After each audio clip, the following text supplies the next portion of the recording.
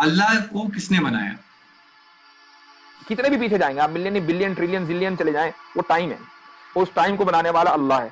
तो जो बनाने वाला है टाइम का, वो कभी टाइम में नहीं होगा बल्कि टाइम के बाहर होगा, और जो टाइम के बाहर होगा आप उसको टाइम से जज नहीं कर सकते। इसलिए आप ये नहीं कह सकते कि अल्लाह कब आया, क्योंकि जो कब का सवाल है ये उसके लिए होगा जो टाइम के अंदर है, ना कि उसके लिए जो टाइम के बाहर है। कहो कि वो माबूद बरहक जिसकी मैं इबादत करता हूं अल्लाह है, वो एक है। अल्लाह बेनियाज है, वो न किसी का बाप है और न किसी का बेटा, और कोई उसका हमसर नहीं। अल्लाह वो माबूद बरहक है कि उसके सिवा कोई इबादत के लायक नहीं।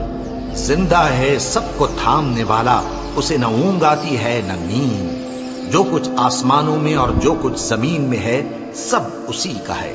कौन है कि उसकी इजाजत के बगैर उससे किसी की सिफारिश कर सके? जो कुछ लोगों के रूबरू हो रहा है और जो कुछ उनके पीछे हो चुका है उसे सब मालूम है, और लोग उसकी मालूमात में से किसी चीज पर दस्तरस हासिल नहीं कर सकते। हाँ, जिस कदर वो चाहता है उसी कदर मालूम करा देता है। उसकी बादशाही और इल्म आसमान और जमीन सब पर हावी है, और उसे उनकी हिफाजत कुछ भी दुश्वार नहीं। वो बड़ा आली रुतबा है, जलीलुल कद्र है।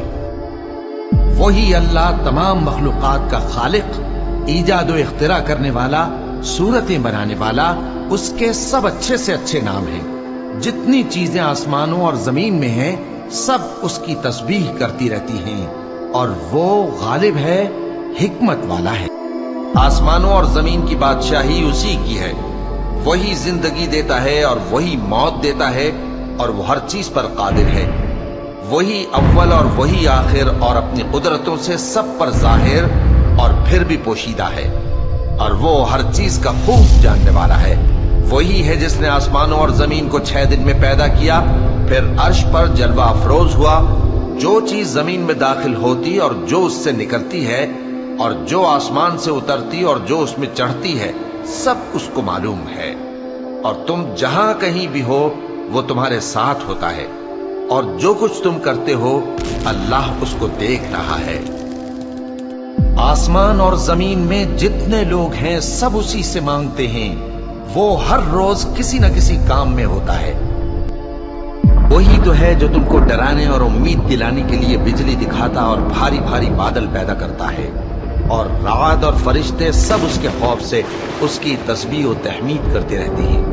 और वही बिजलियां भेजता है, फिर जिस पर चाहता है गिरा भी देता है, जबकि वो अल्लाह के बारे में झगड़ती है, और वो बड़ी कुव्वत वाला है।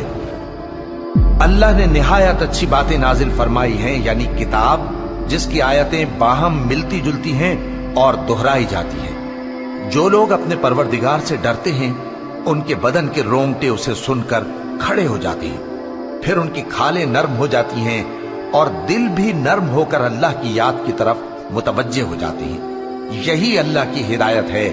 वो इससे जिसको चाहता है हिदायत देता है, और जिसको अल्लाह गुमराह रहने दे उसको कोई हिदायत देने वाला नहीं। अल्लाह ही खलकत को पहली बार पैदा करता है, फिर वही उसको दोबारा पैदा करेगा, फिर तुम उसी की तरफ लौट कर जाओगे। जो मखलूक जमीन पर है सबको फना होना है, और तुम्हारे परवरदिगार ही की जात जो साहिब जलाल व करम है बाकी रहे।